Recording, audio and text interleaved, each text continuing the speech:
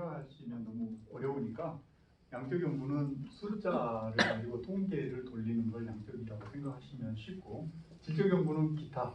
근데 그냥 문헌고찰만이 아니라 질적 연구는 사례 연구도 질적 연구고, 아까 심층 인터뷰, 설문지는 해서 통계를 돌리기 때문에 양적 연구에 해당이 돼요. 근데 질적 연구는 사례 연구는 아까 현상학적 접근법 근거 이론 또는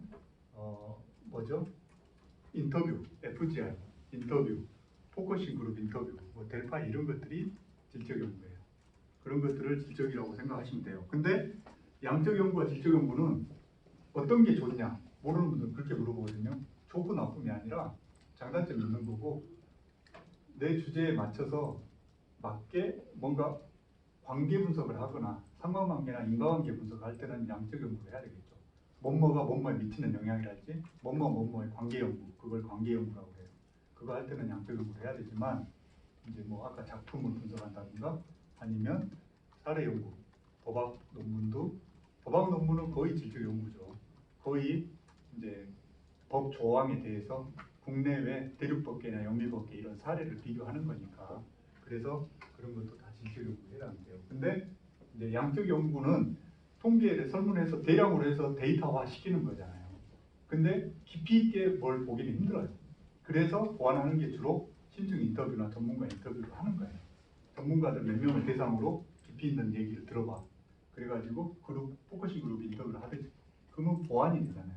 그래서 혼합 연구를 많이 하는데, 그럴 때 인터뷰를 실제 하는데 시간 걸리고 막 어려우니까 안 했는데 마치 한 것처럼 그렇게 하시면 안 된다는 거죠.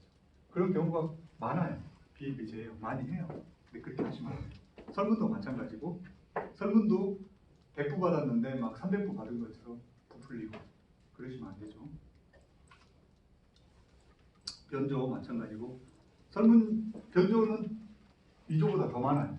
실무에서 별로 없는 것 같죠? 우리 해당 안 되는 것 같죠? 그렇지 않아요. 설문해서 통계를 돌렸잖아요. 근데 실무에서 내가 해보니까 분명히 이게 정의 영향관계, 플러스의 영향관계가 있을 것 같아. 근데 해보니까 마이너스로 나와. 거꾸로 반대로 나오는 경우가 많거든요. 그러면 이제 그때부터 이제 딜레마에 빠져요. 처음 하신 분들은. 이게 분명히 교수한테 갖고 오면 플러스가 나와야 맞는데 마이너스가 나오니까 이걸 슬쩍 고쳐요. 그러면 안 되죠.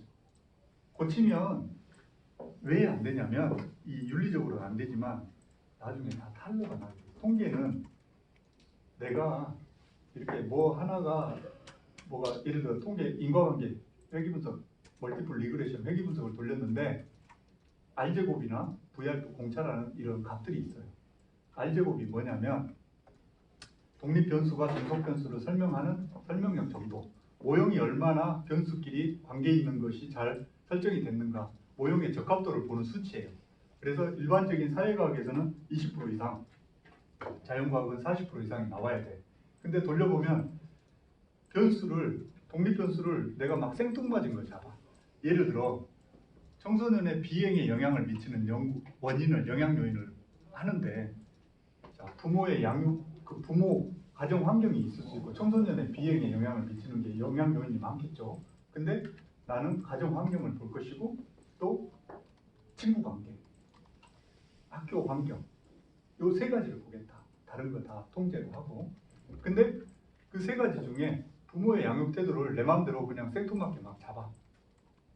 얼토당토 않는 거를, 너무 관계가 없는 거를. 그러면 이론적으로, 그리고 그 척도가 검증되지 않은 척도를 쓰잖아요. 변수의 조작적 정의를 해서 이론 근거를 명확히 제시한 척도를 써야 되는데, 그렇지 않은 거를 내 마음대로 막 잡아서 어떤 논문 보고 막 그냥 그대로 갖다 써버려, 설문지도. 그렇게 해서 통계를 돌리면 결과 값이 안 나와요. 검증이 안 됐기 때문에.